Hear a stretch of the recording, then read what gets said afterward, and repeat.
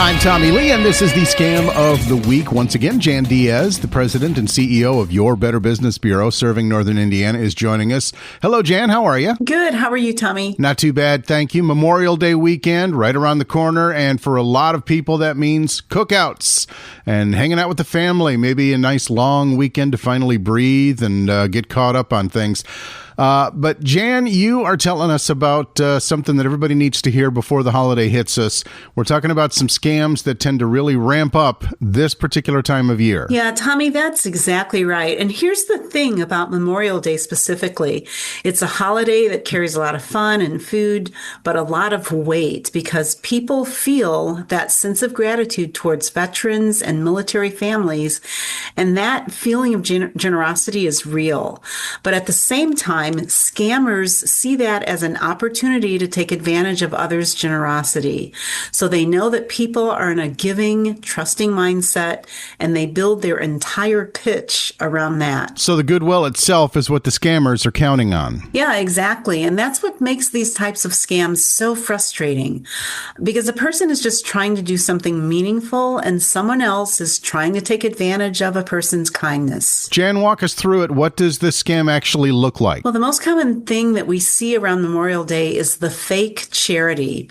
So what happens is a scammer will set up what looks like a legitimate organization. They'll even give it a familiar name, maybe something very close to a well-known veterans group. And then the scammer also builds a website and they create social media pages. And then the outreach to potential donors starts.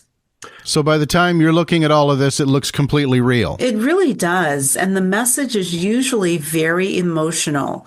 The website focuses on sacrifice, military families in need, things like urgent situations.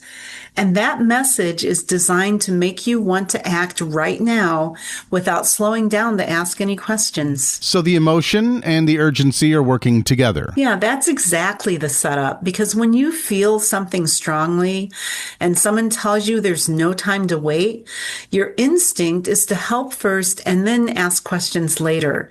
And scammers know this. And it's not just fake charities. So let's change gears for a bit.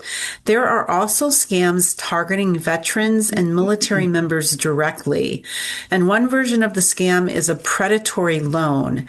It's dressed up as a financial way to help, but buried in the terms are fees and interest rates that leave the person in a much worse position than when they started. So on the surface, it looks like support, but in reality, it's actually the opposite. Right. And then, there's another scam called a benefits buyout. It's set up as a fake program that targets veterans and offers them a lump sum of cash. So the veteran supposedly receives this cash up front in exchange for signing over future veterans' benefits. And on paper, that might sound like a good deal if someone is struggling right now, but over time, they end up with far less than they would have received otherwise. And that's a really tough spot to be in. The veteran needs money now, and somebody's right there with what looks like a solution. Yeah, that's exactly how it works. And the last scam I want to flag is the phishing scam. And so this scam sends someone a message that appears to come from a government agency or a military organization. It's very official looking. It has the right logos and the right language. And you're asked to click a link and confirm some personal information. And again, because it looks official, you trust it. Yeah, that is exactly what the scammers are counting on. But any message that comes unexpectedly, like asking for personal information out of nowhere, that is a red flag. So no matter how legitimate it looks, don't trust it. All right. So what do people need to actually do? What are the steps before somebody donates or responds to one of these messages? Well, there are a few simple things that go a long way. And honestly, these same habits help protect you from really every type of scam we talked about today, not just the fake charities. So first, if you're going to donate, look up the charity yourself. See if it's legitimate by going directly to give.org, where you can search for the charitable organization independently. And you can make sure it is a real organization before you donate any money. And that same idea applies to loan offers, veterans benefits programs, and any messages claiming to come from governmental agencies. So never trust the first message at face value. We always recommend go directly to the official source yourself and just verify everything independently. So find the organization on your own terms, but not through the path that someone sent you unexpectedly. Yes, that's it. And second, be careful, very careful, really. Anytime someone pressures you to send money quickly or to sign paperwork immediately. So that type of pressure shows up, especially in the charity scams and also fake financial help offers and even benefit scams, because the scammers don't want you slowing down long enough to ask any questions. That idea of slowing down keeps coming up no matter what kind of scam we're talking about. It always pays to take a little extra time. Yeah, that's right, Tommie, because it's really important, as we know, and that pause gives our brains a chance to catch up with our instincts. And so third, just be very careful about how you send money. If someone asks you to pay by a wire transfer or a prepaid card or a payment app, that is a serious warning sign, because those methods are nearly impossible to trace. And once you send that money, it's gone and it's very hard to get back. So the payment method they're asking for itself can tell you a lot. Yeah, it really can. And a real organization is not going to insist on payment through a prepaid card. And while we're talking about these things to watch out for, just also be cautious with the links in the emails and text messages as well, because scammers often use those links to steal personal or financial information.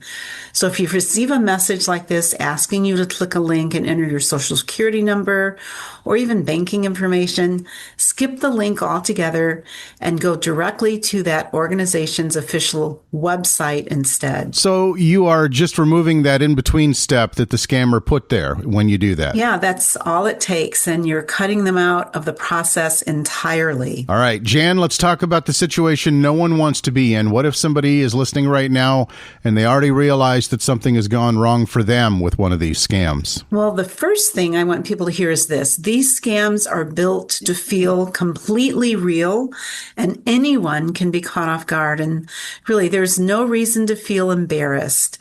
If you sent money, contact your bank or your credit card company. Do that right away.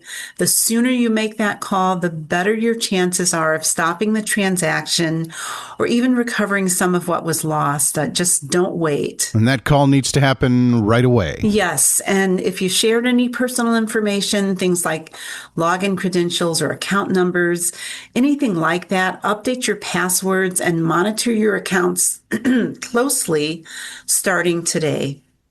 And then report what happened. That's important as well.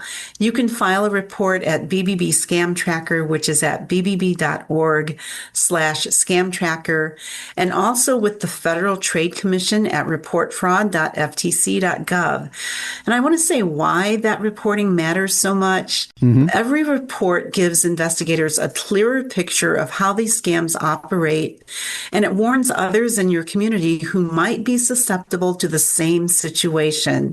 So the reality is one report can actually protect a lot of people. Jan, this is such an important conversation to be having right before the Memorial Day holiday.